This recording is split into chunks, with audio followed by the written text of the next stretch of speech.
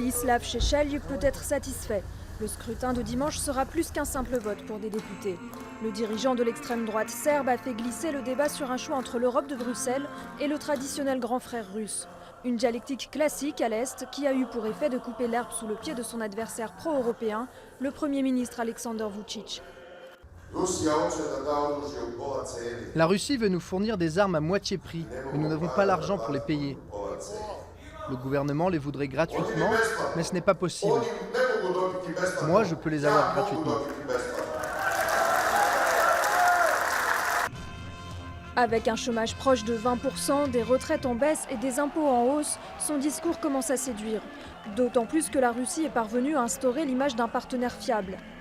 Šešelj tire aussi en partie profit de son acquittement en mars pour crime de guerre par le tribunal pénal international pour l'ex-Yougoslavie. Et l'idéologue de la Grande Serbie prend régulièrement position contre l'Occident et l'OTAN. Personne n'a oublié les bombardements des cibles serbes à la fin des années 90, durant la guerre du Kosovo. Pour moi, Dr Vojislav Šešelj est le plus grand héros serbe. C'est la personne qui a marqué la scène politique en Serbie entre la fin du XXe et le début du XXIe siècle. Il est la seule personne à pouvoir aider ce pays et les gens qui y vivent. Malgré tout, le SNS, le parti progressiste de centre-droit incarné par le Premier ministre, remporterait environ la moitié des suffrages, selon certains sondages.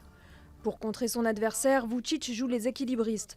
Tout en continuant ses discussions avec l'Europe, il affiche son attachement à la relation amicale traditionnelle avec la Russie. Tout le monde nous parle de la Russie ou de la nécessité d'aller à Bruxelles. Mais personne ne nous dit comment on va arrêter l'exode de nos médecins, comment on va bâtir un système éducatif qui fonctionne. C'est ce qui définit l'Europe. Le débat ne paraît pas si tranché au sein de la population. Selon une récente étude, 2 Serbes sur 3 sont favorables à une alliance avec Moscou, quand la moitié souhaite une adhésion à l'Union européenne.